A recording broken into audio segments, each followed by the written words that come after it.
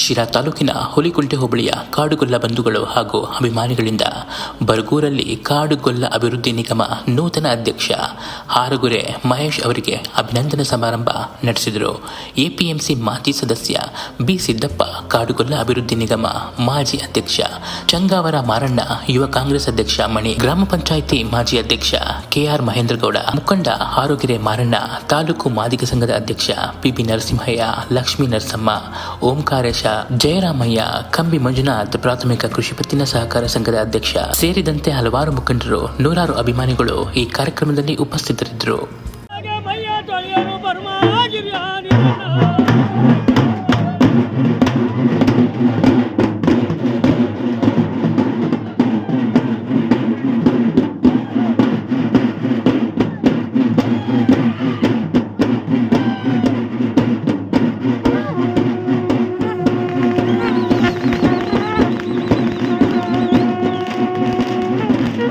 ಉಪಮುಖ್ಯಮಂತ್ರಿಗಳಾಗಿರ್ತಕ್ಕಂಥ ಡಿ.ಕೆ. ಶಿವಕುಮಾರ್ ಸಾಹೇಬರು ಮತ್ತು ನಮ್ಮ ಟಿ.ವಿ. ಜಯಚಂದ್ರ ಸಾಹೇಬರು, ಜಿಲ್ಲಾ ಉಸ್ತುವಾರಿಗಳು ಮಂತ್ರಿಗಳಾಗಿರ್ತಕ್ಕಂಥ ಪರಮೇಶ್ವರ್ ಸಾಹೇಬರು, ರಾಜಣ್ಣವರು, ಷಡಾಕ್ಷರಿಯರವರು, ವೆಂಕಟೇಶ್ರವರು, ಪಕ್ಕದ ನಮ್ಮ ಜಿಲ್ಲೆಯಾಗಿರ್ತಕ್ಕಂಥ ಸುಧಾಕರ್ ಅವರು ಮತ್ತು ನನ್ನ ಎಲ್ಲ ಹಿಂದುಳಿದ ವರ್ಗದ ಮಂತ್ರಿಗಳಾಗಿರ್ತಕ್ಕಂಥ ಶಿವರಾಜ್ ತಂಗಡಗಿರವರ ಎಲ್ಲರ ಮಾರ್ಗದರ್ಶನದಂತೆ, ಅವರ ಆದೇಶದಂತೆ ಎಷ್ಟು ಸಾಧ್ಯನೋ ಪ್ರತಿಯೊಂದು ಮನೆಗೆ ಸೇವೆ ತಲುಪಿಸೋ ನಿಟ್ಟಿನಲ್ಲಿ ನಾನು ನಿಮ್ಮ ಮನೆ ಮಗನಾಗಿ ನಾನು ಕೆಲಸ ಮಾಡ್ತೀನಿ.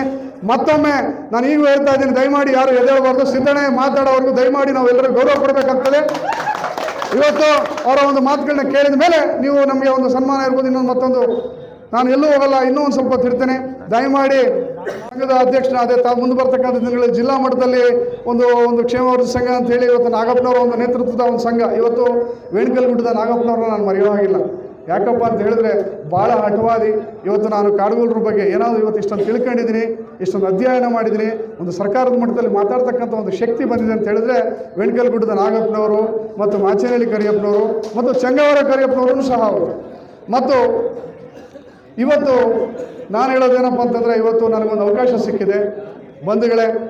ನಾವು ಇವತ್ತು ಈ ನಿಗಮನೂ ಸಹ ಅಷ್ಟೇ. ಇವತ್ತು ಈ ನಿಗಮ ನಿಜವಾಗಿಯೂ ಕಳೆದ ಸರ್ಕಾರದ ಏನಾಯಿತು, ಅದು ನೋಂದಣಿ ಆಗಿರಲಿಲ್ಲ. ಕಳೆದ ಸರ್ಕಾರದಲ್ಲಿ ನಿಗಮ ನೋಂದಣಿ ಆಗಿರಲಿಲ್ಲ. ಡಿಸೆಂಬರ್ 21, 2023ಕ್ಕೆ ಡಿಸೆಂಬರ್ 21, 2023ಕ್ಕೆ ಅಂದರೆ ಸಿದ್ದರಾಮಯ್ಯನವರ ಸರ್ಕಾರ ಬಂದು 7 ತಿಂಗಳು ಕಳೆದ ಮೇಲೆ ಅದು ನಿಗಮ ರಿಜಿಸ್ಟರ್ ಆಗ್ತದೆ.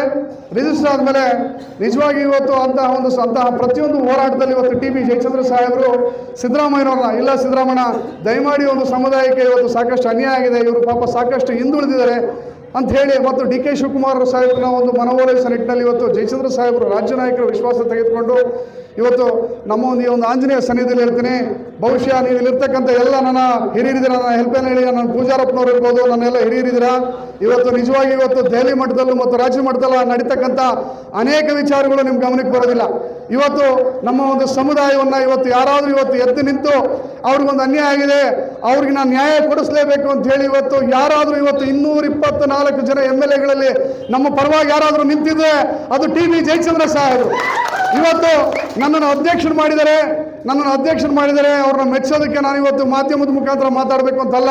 ಇವತ್ತು ನನ್ನ ಜನ್ಮ ಕೊಟ್ಟ ತಂದೆ ತಾಯಿಗಳು, ನಮ್ಮ ಮನೆದೇವರು ಪ್ರಮಾಣ ಮಾಡಿ ಹೇಳ್ತೀವಿ ಇವತ್ತು ನಮ್ಮ ಸಮುದಾಯದ ಪರವಾಗಿ. ಮತ್ತು ಟಿ.ವಿ. ಜಯಚಂದ್ರ ಸಾಹೇಬರು ಬರೀ ನಮ್ಮ ಕಾಡುಗೊಲ್ಲರ ಸಮುದಾಯನೇ ಅಂತಲ್ಲ, ಇವತ್ತು ಇಡೀ 17 ಜಾತಿ ಸಮುದಾಯಕ್ಕೆ, 17 ಜಾತಿ ಜನಾಂಗಗಳಿಗೆ ಇವತ್ತು ಇಡೀ ಸಿರಾ ತಾಲೂಕಿನಲ್ಲಿ ಇವತ್ತು ಜಾಗ ಕೊಡ್ತಕ್ಕಂಥ ಕೆಲಸ ಮಾಡಿದ್ದಾರೆ. ಆಗಲೇ ನಮ್ಮ ನರಸಿಂಹಣ್ಣವ್ರು ಹೇಳಿದರು, ನಮ್ಮ ಪ್ಯಾರು ಸಾಹೇಬರು ನರಸಿಂಹಣ್ಣವ್ರನ್ನ ಇವತ್ತು ನನ್ನ ರಾಜಕೀಯದ ಪ್ರಾರಂಭದಲ್ಲಿ ಇವತ್ತು ಪ್ಯಾರು ಸಾಹೇಬ್ರನ್ನ ನಾನು ಮರೆಯಾಗಿಲ್ಲ. ಇವತ್ತು ನೀವು ಹೇಳ್ಬೋದು ಏನಪ್ಪ ಇವರು ಸಾಬ್ರ ಬಗ್ಗೆ ಮಾತಾಡ್ತೇನೆ ಅಂತ. ಅಣ್ಣ ನಾವೆಲ್ಲ ಮನುಷ್ಯರೇ. ಇವತ್ತು ಪ್ಯಾರು ಸಾಹೇಬರು ಅವತ್ತಿನ ದಿನದಲ್ಲಿ ಒಬ್ಬ ಹುಡುಗ ಅಂತೇಳಿ ನನಗೆ ಓದ್ ಕಡೆ ಬಂದ ಕಡೆ ನನಗೆ ಅವಕಾಶ ಕೊಟ್ಟಿದೆ. ನರಸಿಂಹಣ್ಣವರು ನನಗೆ ಯಾವುದೇ ವೇದಿಕೆಗಳಲ್ಲಿ ಇವತ್ತು ನಾನು ಇಷ್ಟೊಂದು ಸರಳವಾಗಿ ಇಷ್ಟೊಂದು ಮಾತಾಡ್ತೀನಿ ಅಂತ ಹೇಳಿದ್ರೆ ನಮ್ಮ ಪ್ಯಾರು ಸಾಹೇಬ್ರು ಇರ್ಬೋದು, ನರಸಿಂಹಣ್ಣವರು ಇರ್ಬೋದು, ನಮ್ಮ ಅನೇಕ ಜನ ನಮ್ಮ ಪಕ್ಷದ ಅನೇಕ ಮುಖಂಡರುಗಳು ಇವತ್ತು ನನಗೆ ಇವತ್ತೊಂದು ಶಕ್ತಿಯನ್ನು ತುಂಬಿ ಇವತ್ತು ನಿಮ್ಮ ಮುಂದೆ ನಿಲ್ಲುವಂಥ ನಿಟ್ಟಿನಲ್ಲಿ ಇವತ್ತು ನನಗೆ ಮಾಡಿದ್ದಾರೆ. ನನ್ನ ತಾಯಿಗೆ ಹೇಳ್ತೀನಿ, ಇವತ್ತು ನಮ್ಮ ಅಮ್ಮನಿಗೆ ಇವತ್ತು ಅವ್ರಿಗೆ ಗೊತ್ತಿಲ್ಲ, ಇವತ್ತು ಹೇಳ್ತೀನಿ ಕೇಳಿ. 26ನೇ ತಾರೀಕು 9/2016ಕ್ಕೆ ನಮ್ಮ ಅಣ್ಣ ತೀರ್ತಾನೆ. 26/9/2016ಕ್ಕೆ ನಮ್ಮ ಅಣ್ಣ ತೀರೋಗ್ತಾನೆ. 26/9/2025ಕ್ಕೆ ನಾನು ಅಧಿಕಾರ ಸ್ವೀಕಾರ ಮಾಡ್ತೀನಿ. ನಮ್ಮ ಅಣ್ಣ ತೀರೋಗಿದ್ದ ದಿವಸ ನಾನು ನನ್ನ ತಾಯಿಗೆ ಹೇಳ್ತೀನಿ, ನನ್ನ ಅಣ್ಣ ಬಿಟ್ಟು ಹೋಗಿರ್ಬೋದಮ್ಮ, ಎದೆ ಉಂದು ಬೇಡ, ನಿನಗೇನು ಇವತ್ತು ಸಮಾಜದಲ್ಲಿ ಒಬ್ಬ ಮಗ ಹೋದ ಅಂತೇಳಿ ಆ ದುಃಖ ಇದೆ, ಆ ದುಃಖವನ್ನು ನೀಗಿಸುವಂಥ ಕೆಲಸವನ್ನು ನಾನು ಇವತ್ತು ನಿನ್ನ ಮುಂದೆ ಬಂದು ನಿಂತು ಇವತ್ತು ಸರ್ಕಾರ ನಮ್ಮನ್ನು ಗುರುತಿಸಿದೆ. ಇವತ್ತು ನಿಜವಾಗಿ ನಾನು ಇವತ್ತು ನೀವು ಇರ್ತಕ್ಕಂಥ ಇದನ್ನು ಯಾಕಪ್ಪ ಅಂತ ಹೇಳಿದ್ರೆ ಇದು ಹೇಳಲಿಕ್ಕಾಗಲ್ಲ. ಆದುದರಿಂದ ಎಲ್ಲ ಅನೇಕ ಜನ ಎಲ್ಲ ಹಿರಿಯರ ಒಂದು ಆಶೀರ್ವಾದ ಅದು ನೋಡಿ. ನಮ್ಮ ಅಣ್ಣ ತೀರೋಗಿದ್ದ ದಿವಸನೇ ನನಗೆ ಆ ಒಂದು ಅವಕಾಶ. ಕಾರಣ ಇದೆಲ್ಲದಕ್ಕೂ ಕಾರಣ ಆಗಬೇಕು ಅಂದರೆ TV ಜಯಚಂದ್ರ ಸಾಹೇಬ್ ಇವತ್ತು ಇಲ್ಲ ಇವನು ಹುಡುಗ ಇವತ್ತು ಪ್ರಾಮಾಣಿಕವಾಗಿದ್ದಾನೆ ಅಂತೇಳಿ ಇವತ್ತು ನಿಮ್ಗೆ ವಿಷಯ ಗೊತ್ತಿರಬೇಕು. ಒಂದು ರಾಜ್ಯ ಮಟ್ಟದ ಒಂದು ಅಧಿಕಾರ ಹಿಡಿಬೇಕು ಅಂತಂದರೆ ಅದು ಹುಡುಗಾಟದ ಮಾತಲ್ಲ. ಆದರೆ ಎಲ್ಲವನ್ನು ಇವತ್ತು ನಾವು ಕಂಡಂಥ ಕನಸುಗಳನ್ನ ಇವತ್ತು ನಮ್ಮ ಸಮಾಜದ ಪರವಾಗಿ ಅವರಿದ್ದಾರೆ. ನಾನು ಸಹ ಅಷ್ಟೇ. ಎಂತಹ ಸಂದರ್ಭದಲ್ಲಿ ನೀವು ಕರೆ ಮಾಡಿ ದಯಮಾಡಿ ಬರೀ ನಾನು ಒಂದು ಸಮಾಜ ಅಲ್ಲ, ಇಲ್ಲಿರ್ತಕ್ಕಂಥ ನಮ್ಮ ಊರಿಂದ ನಮ್ಮ ಆಂಜನಪ್ಪ ಇರ್ಬೋದು, ಅನೇಕ ಶಾಸಕರಾದಂಥ ಡಾಕ್ಟರ್ TB ಜಯಚಂದ್ರ ಸಾಹೇಬರವರ ಕೃಪಾ ಕಟಾಕ್ಷದಿಂದ ಇವತ್ತು ಅಧ್ಯಕ್ಷರಾಗಿದ್ದಾರೆ. ಇವತ್ತು ರಾಜ್ಯದ ಮೂಲೆ ಮೂಲೆಯಲ್ಲಿ ಯಾವುದೇ ಒಂದು ಜಾಥಾ ಆಗಲಿ, ಯಾವುದೇ ಒಂದು ಪಾದಯಾತ್ರೆ ಆಗಲಿ, ನಾವ್ಯಾರೂ ಹೋಗದಂಥ ಒಂದು ಪ್ರೋಗ್ರಾಮ್ಗೆ ಅವರು ರಾಹುಲ್ ಗಾಂಧಿ ಜೊತೆ ಇರ್ಬೋದು, ಆಮೇಲೆ ಪ್ರಿಯಾಂಕಾ ಗಾಂಧಿ ಮೇಡಮ್ ಅವರು ಡೆಲ್ಲಿಗೆ ಬಂದಿದ್ದಾಗ ನಾವ್ಯಾರೂ ಭೇಟಿಯಾಗಕ್ಕೆ ಹೋಗಲಿಲ್ಲ. ಅವ್ರು ಹೋಗಿ ಡೈರೆಕ್ಟ್ ಹೋಗಿ ಭೇಟಿಯಾದರು. ಎಲ್ಲ ಜೊತೆ ಹೋಗಿದ್ವಿ. ಬಟ್ ನಾವು ಒಳಗೆ ಹೋಗಿ ನಾವು ಹೋಗಿ ಮಾತಾಡ್ಸೋಕ್ಕಾಗಲಿಲ್ಲ. ಅಂಥ ಒಂದು ಲಿಂಕ್ ಇಕ್ಕೊಂಡು ನಮ್ಮ ಯುವಕ ಈ ಕರ್ನಾಟಕದ ಕಾಡುಗಲ್ಲರ ರಾಜ್ಯಾಧ್ಯಕ್ಷರಾಗಿದ್ದಾರೆ. ಅವ್ರಿಗೂ ನಾನೊಂದು ಕಿವಿ ಮಾತು ಹೇಳ್ತೀನಿ. ಯಾವ ಗೊಲ್ರಟ್ಟಿಗಳು ಮೂಲಭೂತ ಸೌಕರ್ಯದಿಂದ ವಂಚಿತರಾಗಿದ್ದಾವೋ ಅಂಥ ಗೊಲ್ರಟ್ಟಿಗಳನ್ನು ಗುರುತಿಸಿ ಆ ಕ್ಷೇತ್ರದ ಶಾಸಕರ ಒಂದು ಶಾಸಕರ ಒಂದು ಆಹ್ವಾನೆಗೆ ತಗೊಂಡು ನೀನು ರಾಜ್ಯದ ಎಲ್ಲ ಒಂದು ಟೂರ್ ಮಾಡಬೇಕಾಗುತ್ತೆ. ಯಾವ್ಯಾವ ತಾಲ್ಲೂಕಿನಲ್ಲಿ ಹೆಚ್ಚಿನದಾಗಿ ಕಾಡುಗೊಲ್ಲರಿದ್ದಾರೆ ಅಲ್ಲಿಗೆಲ್ಲ ಹೋಗಬೇಕು, ಭೇಟಿ ಮಾಡಬೇಕು. ಮೂಲಭೂತ ಸೌಕರ್ಯ ವಂಚನೆಯಾಗಿರ್ತಕ್ಕಂಥ ಗೊಲ್ರಟ್ಟಿಗಳಿಗೆ ನೀನು ಹೋಗಿ ಡೈರೆಕ್ಟಾಗಿ ಏನು ಸಹಾಯ ಮಾಡಬೇಕು ಅದೆಲ್ಲ ಮಾಡಬೇಕಾಗುತ್ತೆ. ಹೆಚ್ಚಿನದಾಗಿ ನಮ್ಮ ತಾಲ್ಲೂಕು, ಅದರಲ್ಲಿ ಸ್ವಲ್ಪ ನಮ್ಮ ಹೋಬಳಿ, ಜಾಸ್ತಿ ಮಾಡೋಕ್ಕೆ ಹೋಗಬೇಡ. ಇದ್ರೊಳಗೆ ಸ್ವಲ್ಪ ಆಮೇಲೆ ನಮ್ಮ ಕಾಡುಗೊಲ್ಲರ ಅಧ್ಯಕ್ಷರಾಗಿದ್ದಾರೆ ಅಂತ ಪ್ರತಿಯೊಂದಕ್ಕೂ ಹೋಗಿ ಅವ್ರಿಗೆ ಟಾರ್ಚರ್ ಕೊಡಬೇಡ್ರಿ, ಒತ್ತಡ ಕೊಡಬೇಡ್ರಿ ಬಂಧುಗಳೇ. ಅವರಲ್ಲಿ ಕೈಲಾದ ಸಹಾಯ ಏನು ಮಾಡಬೇಕೋ ಅದೆಲ್ಲ ಮಾಡ್ತಾರೆ. ನಾನು ಹೆಚ್ಚಿಗೆ ಮಾತಾಡೋಕ್ಕೆ ಹೋಗೋದಿಲ್ಲ. ಮುಂದಿನ ಇನ್ನು ಉನ್ನತ ಸ್ಥಾನಕ್ಕೆ ಹೋಗಲಿ ಮತ್ತು ಭಗವಂತ ಅವರಿಗೆ ಹೆಚ್ಚಿಗೆ ಆಯಸ್ಸು ಮತ್ತು ಐಶ್ವರ್ಯ ಕೊಟ್ಟು ಉನ್ನತವಾದ ಸ್ಥಾನಕ್ಕೆ ಬೆಳೀಲಿ ಅಂತ ನಾನು ಈ ಸಂದರ್ಭದಲ್ಲಿ ಹೇಳ್ತಾ, ಯುವಕನ ಒಂದು ಉತ್ಸಾಹ ಅವತ್ತು ಹೇಗಿತ್ತಪ್ಪ ಅಂದರೆ ಎಲ್ಲ ಸಂಘಟನೆಗಳಲ್ಲಿ ಎಲ್ಲ ಹೋರಾಟಗಳಲ್ಲಿ ಭಾಗವಹಿಸಿ ಮುಂಚೂಣಿನಲ್ಲಿ ಇರ್ತಾ ಇದ್ದ ಮಹೇಶ್.